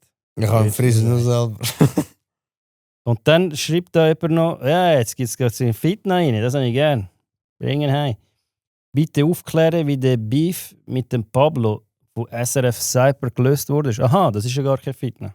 Das ist ja in dem Fall gelöst worden. Also hast du mit dem Stress gehabt? Das ist doch der, wo... Ich habe mit dem Bounce Pablo ist, schon ein oder? bisschen Stress gehabt. Also Wer Stress. ist der mit dem Schwanz? Der mit den Haaren. Okay, der mit den Haaren. Ich habe verstanden, ja. Also zuerst mal, Gruß geht raus an Pablo, eben, wir haben das geklärt. Ja, okay. Ich kann das da schon schnell erzählen. Also eben, dass wir das schon mit dem Pablo da, dass Ja. das wirklich, dass das auch jeder checkt. Die Sache ist vom Tisch. 100%ig. Okay. Damals ist es einfach gewesen, ich bin halt dort noch ein bisschen verladen gewesen auf Stoff. Und hat sowieso jeder angefickt im Netz. Und dann ist halt Ja. mal, bin ich mal auf das SRF-Zeug gestoßen und habe halt gesehen, was die bringen und das auch als Hip-Hop vermarktet. Mhm. Und ich als wirklich lieb Hip-Hop, wie gesagt. Und dann bin ich Hase geworden und gesagt, hey, look, ich sag's dir einmal lieb, lösch bitte das Wort Hip-Hop aus deiner Biografie. An ihm? Das An er- Pablo okay. nicht geschrieben. Ja. So, alle, lösch das bitte. Ja. Du verkörperst 20% Hip-Hop, nicht 100. Und dann kannst du nicht sagen, es ist die erste Plattform für Hip-Hop. Ja. Sag für Rap, für Musik. Nein, nicht mal Rap. Mhm. Von mir, ja, aber auch nicht Hip-Hop das Wort. Ja. Und dann hat er mich halt ausgelacht und gesagt, wer bist denn du schon? Oder? Okay. Und dann 2-3 Jahre lang. 2-3 Jahre sogar, haben der Stress. Also 2 Jahre ist das Ganze gegangen. Schon? Habe ich in Ach, so. Story, Vollgas. Ah, was? Das habe ich irgendwie... Ah, doch. Ich glaube, du Ah, folgst einmal mir habe gar ich noch das nicht so lange, Fred. Das war im Ich folge- doch, ich 2021. gewesen. Nein, aber bei mir ist eben so, viele meinen, ich folge ihnen, weil ich habe den Account verloren und dann habe ich einen neuen Account gemacht und den einen bin ich erst nachher wieder gefolgt. Ich habe schon etwas mitbekommen. gehabt. Ja, auf jeden Fall. Ja. Ja, habe ich ihn halt. Ja. Auf jeden Fall ist dann. Irgendwann habe ich ja den Sound gemacht gegen SRF.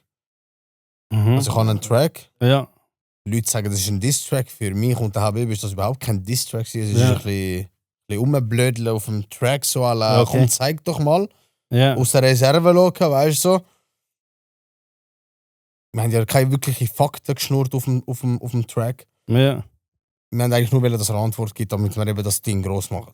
So, Mhm. das haben wir schon Bock gehabt, sag ich euch Ja, ehrlich. ja. Ja, sag ich Das euch ist noch nicht ehrlich. so lange aber her, er hat oder? dann keine Antwort gegeben. Wie? Das ist noch nicht so lange her. Das war vor einem Jahr. Gewesen. Eben, ja. Ja, also noch nichts eben. Und dann eben nach dem Track habe ich halt Sachen angefangen zu hören, dass er mich halt eben, was eben jetzt rausgekommen ist, nicht stimmt, dass er mich von allen Plattformen in der Schweiz verbannen und dies und das. Ja, und dann bin ich halt hässlich geworden, als ich das gehört habe. Und habe gesagt, jetzt kommst du an den Tisch. Und dann ist er lange nicht gekommen, aber dann irgendwann habe ich gesagt, komm da hin, weißt du, regeln wir das. Also wo? Habt ihr euch getroffen irgendwo? Dann ist er gekommen mit dem Kenner. Bruce kann du sagen, Kenner, geiler Sieg, ist auch einer, macht Twitch und so. Okay. Checken den alle ab. Twitch-Streamer, oder? Twitch-Streamer, genau. Okay. So ein bisschen Reactions, ein bisschen chillen mit den Leuten. Wie Mecho, oder? Ein bisschen Quiz-Style, ja voll. Okay. Mit ein bisschen mehr Fundament, aber nicht so ein bisschen rumblödeln. Okay. So. Und dann ist er gekommen an den Tisch und dann habe ich ihn halt mit dem konfrontiert. Und ich muss ihm auch ganz ehrlich sagen, er hat Eier gehabt, er ist Triemli in meiner Haut an den Tisch. Ja, er ist gekommen. Und dann haben wir das, habe ich ihm das gesagt, ist das so und so? Wenn ja, haben wir das Problem, weißt du? Dann hat er mir erklärt, dass es eben nicht so ist, dass er auch nicht mal dumm gesagt viel zu melden hat im SRF. Er ist einfach der Moderator, aber die Fäden ziehen halt ganz andere Leute. Dann habe ich, hat er mir erklärt, wie das dort abläuft und am Ende vom Tag habe ich gemerkt, er macht nur seinen Job, oder? Das ist eigentlich, ja. Er macht nur seinen Job, habe ich gemerkt dort. Und dann haben wir das aus der Welt geschafft. Habe ich im Tanken, haben wir das geregelt und so ist das nachher... Er macht doch auch das Bounce. Ich sehe, es gibt immer Influencers und so in letzter Zeit. Bounce, eben, zum Beispiel beim SRF hat er mich nachher auch eingeladen. Geile Sieg. Aber hat er dich eingeladen? Ich habe aber dankend abgelehnt. So. Also er hat gesagt, wenn du willst, kannst du kommen. Weißt, wir haben es geregelt jetzt. Okay. Geile Sieg an diesem Punkt, Respekt für das. Aber ich habe dann gesagt, es kommt halt nicht so authentisch, wenn mir nach 2 Jahren Briefkasten steht. Dann kommt es wieder so Eierlecker, Arschlecker-mäßig über. Jetzt haben sie es geklärt. Und dann geht direkt an Cypher. Geile Sieg, aber dankend abgelehnt. So. Ja. Aber das wäre schon nicht schlecht vielleicht für dich. Ja, aber ich scheiße auf das. Scheiße auf das, ein bisschen mehr Reichweite. Wie gesagt, ich bin ja nicht so, mein Ziel ist nicht von Musik leben. Ja. Schon nie mein Ziel gewesen. Aber ja, mehr Reichweite gleich mehr Geld. Ausser ich bin das beste Beispiel, dass es eben nicht so ist. Ich sehe Leute, die 1/5 von mir haben, aber sie arbeiten mit jedem zusammen. Aber ich meine jetzt Influencer so. Ich sehe mich also Leute, die einfach Videos machen, sagen wir so, oder? Ja, aber ich scheiße auf das. Nein, weißt du, irgendwo müssen wir ja auch noch ein bisschen authentisch bleiben. Wir haben uns die Hand gegeben, die Sache ist begraben. Shoutout, geile Sieg. Und ich sage euch ganz ehrlich, ich entschuldige mich für nichts, das habe ich ihm auch gesagt. Ich entschuldige mich aber für nichts, was ich gemacht habe, dumm gesagt, was Hip-Hop angeht. Ich habe für das gekämpft, ich habe nicht wollen, dass etwas verkörpert wird, was nicht ist. Aber für das Einzige, was ich mich entschuldige, heute, das habe ich auch ihm gesagt, ist, dass ich in 2 Jahren lang voll auf Koks in der Story zur Sau gemacht habe. In meinen alten Zeiten. Das war nicht richtig gewesen, weil wegen mir sind nachher auch irgendwelche Siechen ihm Hurensohn schreiben und so Zeug, was er ja nicht ist, was hat keiner verdient. Dort das tut mir leid. Was aber die ganze Hip-Hop-Geschichte angeht, sind wir immer noch 2 verschiedene Meinungen mit ihm, aber dafür ist das zwischenmenschlich jetzt geklärt. Also deiner Meinung nach, was sieht er denn anders im Hip-Hop-Game? Ich glaube, er sieht nicht viel anders. Er hat eben, das hat er mir ja erklärt. Er sieht nicht viel anders. Das ist aber, er hat nicht viel zu melden bei Bounce. Hat er irgendwie Leute eingeladen, die irgendwie komische Lieder gemacht haben? Das sind andere Leute, die Fäden ziehen. Aber die haben dann komische Leute eingeladen, die deiner Meinung nach... Schon der Pablo ladet die Leute ein, aber er hat wie die Hure Knarre am Grind und sagt, du musst die Schublade, du musst, wie sagt man, du musst die haben, die Hype haben, du musst die haben, die so und so macht, okay. du musst da fahren, dort so. Oder die Mainstream sind mehr. Er muss für jede Schublade irgendjemanden haben und den anbringen. Ja. Und wir als Hip-Hop denken sich, was bringst du für einen Scheiß? Aber eben, zum Beispiel, wer ist dort? Er ist am Arbeiten. Ich weiss doch die Namen nicht. Aber was haben sie? Ich weiss doch die Namen nicht. Aber was hast du an dem Sound dort nicht so gut gefunden? Oder ist es um den Sound an sich gegangen? Das?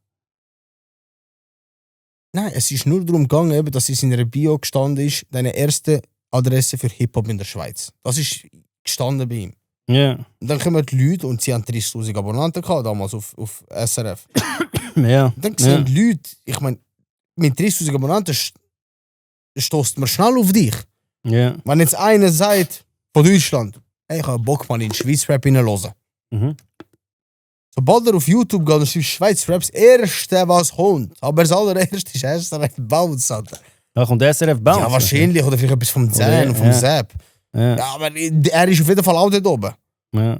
Und sie denken sich nachher, das ist Hip-Hop oder was? Mhm. Der Scheiß ist Hip-Hop in der Schweiz. Da komme ich ins Spiel. Ja, Und sage, Bruder, wenn du nicht 100% verkörperst oder Ja. was. Es muss 100% sein, wenn das sollte stehen. Okay. So, das war mein Problem immer. Gewesen. Aber eben, das ist noch erklärt, er kann halt auch nichts dafür. Ja, okay. Wird es in Zukunft eventuell Zusammenarbeit geben? Oder denkst du eher nicht? Was ich ihm angeboten habe, das sage ich auch da jetzt nochmal, Pablito, wenn du das siehst, eine Sendung mit mir, so wie da. Also so ein Live-Debatte von mir, so eine Sendung, aber nicht privat auf dem Kanal SRF. Das habe ich Live? Von mir aus live. Ich habe vor, einen Live-Podcast eben machen. Live wäre kein Problem, egal. Also nicht, dass ihr jetzt zu mir mitkommt, aber weißt du, was ich meine. Aber wenn ihr Gehen wir zu mir rein. Ich habe vor, sehr wahrscheinlich schreibt es auch in den Kommentaren, ob ihr das gut würdet finden. Live-Podcast, dann schreibt ja, Live-Podcast würde ich mir anschauen. Oder das wäre vielleicht etwas. Ja, du würdest mit ihm so Debatte gehen. Debatte muss nicht mal sein. Oder einfach. Wie heißt das? Battle Freestyle? Das ist auch schon alles durch. Das habe ich auch schon wählen und alles damals. Er kann auch. Ja, aber eben, das wäre geil. Es ist nicht dazu gekommen, ich sage es jetzt mal Okay. so. Auf jeden Fall, dort, ich habe gesagt, was ich dir anbiete, an Cypher komme ich nicht, dankend abgelehnt. Mhm. Kommt für mich nicht authentisch, aber was ich geil, eine Sendung mit dir. Reden, einfach. Aber reden. gut, er hat es dir ja Wir angeboten. klären Er es hat ja öffentlich. alles Wir klären es bei dir in der Sendung öffentlich und geben uns noch öffentlich die Hand. Aber nicht am Cypher, sondern. gut. Also Pablo, du kannst ihn heimbringen, wenn du willst, schreib ihn an. Und, Er hat auch meine Nummer, da kann man auch anrufen. kannst du ihm sogar anrufen. Jille! Ich kenne ihn nicht, ich bin noch nie bei ihm gewesen oder so. Machen wir eine Sendung bei SRF. Mach's Mike warm, so wie das. Bring ihn heim. Also, und dann einer hat geschrieben, von wo kommt das Jille? Jille. Das Wort ist so ein Skandal, man. Das hat alles übernommen, Bro. Das habe ich Ja, ich höre sehr viele, die das sagen. Ich höre sehr viele Leute, die so wie du reden. Ja, mein Slang hat schon recht. Mein Slang hat sich in der Schweiz schon recht eingebrannt, sage ich mal. Und viele wissen auch nicht, dass es von mir ist, weil es noch über die 5 Ecken so geschnurrt wird. Ja. Habe ich auch schon gehört. Leute haben nicht mal gewusst, dass Jille von mir kommt, weißt Und wo hast du das? Einfach geschissen, Mann. Von Jalla, einfach etwas. Jalla. Oh, Und es ist irgendwann einfach habe ich mal im Story Jille geschissen. Ja, wie bei mir fragen sie Bringen heim. Was ist das Bringen heim? Und so, ich so, Bringen keine heim. Ahnung, vom Bashi 2006. Bringen heim und so, einfach keine Ahnung, es hat gar keine Bedeutung, ja. Ich habe ist das einfach einfach mal etwas. geschissen, Jille. Also irgendwann mal so im 22, eben 21. Eben so und so, dies, das und Jille. Dann ist es losgegangen, einer angefangen Jille zu schreiben, ich immer mehr. Dann noch der Jelle genommen, es gibt ja I und E, Jille, Eben darum, Jelle. Jelle, den kenne ich eigentlich. Es gibt auch den Jelle. Ja, genau. Und das Das ist gibt's so nicht. durch die Kannst du Decke. für was kannst du es verwenden zum Beispiel? Zum Du kannst Beispiel für alles Warte, verwenden. gehen wir nachher etwas noch schnell trinken? Jelle. Jelle, kannst du sagen? Jelle. Machst du Okay. mit dem Kopf so. Jelle. Wieso? Hey. Und das Jelle. ist so durch die Decke gegangen. Ich sage euch, ich weiß nicht, irgendwann kommt ein Kollege zu mir, Bro, kick a Merch. Jelle. Ah, gell, hast du das noch nie überlegt? Hast du doch schon. Redest du dich an schon. Ah, du hast ja. Und ich sage euch, das ist dort, habe ich gemerkt, was ich verursacht habe mit dem Scheiß. Also was hast Ich du habe schon Merch gedacht, ich habe schon gewusst, dass ich ein bisschen verkaufe. T-Shirt und so. Nicht T-Shirts, habe ich, die erste Wahl ist T-Shirts. Ich habe schon gedacht, dass ich ein bisschen verkaufe. Mhm. Aber so, weißt du, so 50, 100 Liebli, so, Max. Mir gehe ich die Sticker, weißt du, wie viel habe ich verkauft? Wie viel? Du, 2 Stickers bis jetzt. Aber eben, los jetzt. Ich voll ohne Erwartung an das an, mit dem Kollegen zusammengeguckt, etwas designt, Dropshipping, fatal. Ich kick den Link in die Story, Bruder, nach 1,5 Wochen über. Ich kann das, weiß nicht, was ich sagen. Bring ihn heim, komm. Ja, geht's nicht fragen. So 480 Lieblis in Was? 1,5 Wochen, ja, ja. Ja. Und dann ich so, was habe ich angestellt mit dem scheiß Wort? Einfach etwas, gell? Einfach etwas. Und dann kommt mein Album, Bro, das mit meiner Musik Ja. zu tun hat. Ich kriege einen West 9 Pulli. Ja. 50 Pullis verkauft. Ich Schon. denke mal, wenn du mich verarschen, Bruder. Wo hast du die Der machen lassen? Scheiß, Weil der meistens mir wurde wichtig viel- ist, hat er kauft er 50 Mal und der Scheiß, wo ich rausschieße, hat er kauft er fast 500 Mal. Ja. In 1,5 Wochen. Dann habe ich noch ein zweites Ding droppt. Ja. Mit Papuche, jenster Scheiß, das gar nicht nochmal so viel, wenn nicht mehr, sogar nochmal. Schon. Es ist Jetzt immer noch, oder was? Nein, jetzt, ich habe es wieder rausgenommen. Wieso? Jetzt im Sommer kommt vielleicht wieder etwas. Ich tue es Ah. immer nur so, Du musst es selber verschicken, oder was? nein. Alles über andere Firmen und so. Und ja, den musst du auch abgeben, oder? Ja, aber Also easy, da was musst du der nicht viel eigentlich- machen, Der Fazit von dem Ganzen, ich kann nicht auf die Zahl und die eigentlich eingehen, was ich euch sagen ist mit dem, ihr könnt lang denken und ey, das sieht so krass aus und dies und das, ich mag jetzt Cash und die. Und dann kommt irgend so ein scheiß größte Wort und ich verkaufe es dreifache. Real Talk. Ja. Jetzt nicht wegen mir, allgemein. Es kann das Dümmste sein, was sich verkauft. Das würde ich euch sagen, in der Ja. Businesswelt. Du kannst schon lange Gedanken machen, meistens ist es einfach das Einfachste. Ja, also ich habe schon Jille à la überlegt, Onkel habe ich aufs ich Liebling kann mal geschrieben. ein Wasser machen, wo Wasser draufsteht. Ich auch. Onkels Nein, nur Kirschenwasser. Wasser. Es heisst Wasser. Und fertig. Ich glaube, es würde laufen. Weißt du, wie die OK-Wasser? Ah, die Wasser. laufen. Ja, Genau. das Wasser heisst Wasser. Weißt du, so einfacher geht es ja gar nicht. Und es steht einfach dann Wasser da drauf. Das gibt es gar nicht. Nein, das ist genau das. Und es steht nur Wasser drauf und nichts anderes. Fertig. Schön. Jetzt da macht der, was macht. Geile Sicht. Das ist einfach Ich so alleine für alle die irgendwelche Brands machen und, oder irgendwelche Sachen versuchen mit irgendwelchen Brands und so. Manchmal ist es wirklich entweder das Einfachste oder das Abstrakteste oder einfach irgendetwas meistens. Ja, Oder Leute einfach bleibt. ja, voll. Ja. Ja. Also, da haben wir noch, wie ist der Onkel Lies auf die Idee gekommen, eines Seine? Das hat sich so ergeben. Der Philipp, der P4, hat bei meiner West9 Rap Challenge mitgemacht, wo ich mit dem. Der Einzige? Nein, es sind 30 Leute gewesen. Okay. Ich habe mit dem Habib etwas organisiert. Ja. Ich und er sind ja West9. Ja. Nein, ich meine Seine, Shoutout. wo du hast. Hast du mehrere, oder? Nein, ich habe eins. Ah, Ich bin eins, jetzt noch okay. mal eine zweite dran, aber sie ist einiges älter. Sie, okay. Jungs. Und Mädels. Ah, mit einer bist du mal im Auto gewesen, am Freestyle. ist das Nein, nicht die. die? Ah, okay. Die hat aber auch Potenzial. Ah, okay. Ja, das habe ich Candela. Ja, ich Sie glaube. ist DJ. Voll. Kerze. Shoutout an dich. Auf jeden Fall habe ich mit dem Habib ein Ding gemacht, der West9 Rap Challenge. Ja. Und der EAZ war auch in der Jury mit uns. Einer nach dem anderen hat jetzt sein Zeug runtergerattert und Wo irgendwann hat man das gesehen? beim Kenner. Jetzt sind wir Ah, wieder bei dort. dem im Stream. Genau. Dann irgendwann kommt eben so ein, ich dachte, der ist 9, 10 oder so. Ein Junge. Ja. Wir haben ihn ja nicht gesehen, nur seine hohe Tonspur. Scheiße, Okay. was ist das für einer, Mann? Voll am Abreißen, weißt du? Nein. Weißt du, voll Ja, Power. kann ich Ich sage mir, was ist das? Auf jeden Fall, dann hat er es irgendwie etwas released, direkt viral gegangen. Ja, ich habe es gesehen. Er hat einfach auf meinem Beat etwas rausgehauen. Mhm. Das war mein Beat. Und dann habe ich so, hey, willst du etwas raushauen auf den? Dann musst du mit dem Onkel absprechen, weißt Ja. du? Dann hat einfach, er sagt, ich will. Ich so, also komm an den Tisch, weißt du, nimm deine Eltern mit. Dann Mhm. habe ich mit meinem Partner, der Speedy, Ja. habe ich das gemacht. Habe ich da Mhm. etwas vorbereitet für ihn und seine Eltern und dann ihn unter Vertrag noch für 2 Jahre. So Ja. einfach den Kickstart geben. Ich sehe einfach, er hat hohes Potenzial und seitdem krasse Videos bringt er ja, fast alles geht viral, was er macht. Ja. Ja, ich habe das Gefühl, für so Jüngere und so läuft Das alles ist geht abartig. Also ich hatte da schon einen guten Riecher gehabt, auf jeden Fall. viral. Mhm. Aber ich bin nicht, wie er sagt, auf die Idee gekommen, irgendwie. Ja. Ich kann Hat sich ergeben. Genau. Okay. Aus dem Nichts. Alles Ich habe ja klar. mein Label und ja. Er hat eben gefragt, nachher noch, wird er noch mehr sein? Ja, und da hast du ja gesagt, eben die anderen. Also ich muss nicht sein, ich sage ehrlich. Ja. Muss Aber nicht wenn unbedingt sein. etwas gerade passt. Und welches ist die geilste Collab bis jetzt, die du hast? Wo du findest? Vom Rapper. Ja. Also, ja, kannst Rap und abseits von Rap, falls du dann Also die hast. beste Collab, der beste Collab im Rap ist auf jeden Fall der Habib. Ja, Mit dem habe ich angefangen Musik zu machen. ja. Und ich liebe es immer noch, unsere Sounds Wieso ist er eigentlich nicht mit dir mitgekommen? Geil, Weil ich weiß nicht, weil er ist irgendwelche Sachen am Planen.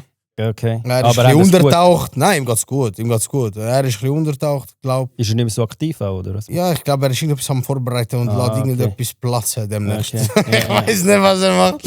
Okay. Aber auf jeden Fall mit ihm. Ja.